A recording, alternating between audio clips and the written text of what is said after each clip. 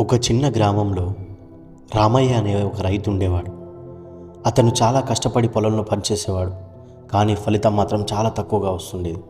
ఇతర రైతులను చూసి రామయ్య చాలా బాధపడుతూ ఉండేవాడు. ఒకరోజు అతని పొలంలో పనిచేస్తూ ఉండగా నేలలో ఒక మెరిసే గింజ దొరికింది. అది బంగారంతో చేసిన గింజలా కనిపించింది. రామయ్య ఆనందంతో ఇది అమ్మితే నేను ధనవంతుని అవుతానని అనుకున్నాడు.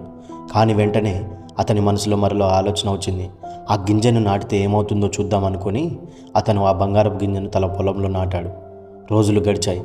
ఆ గింజ నుంచి మొక్కగా మొలిచింది. ఆ మొక్క నుంచి ఎన్నో ధాన్యపు గింజలు వచ్చాయి.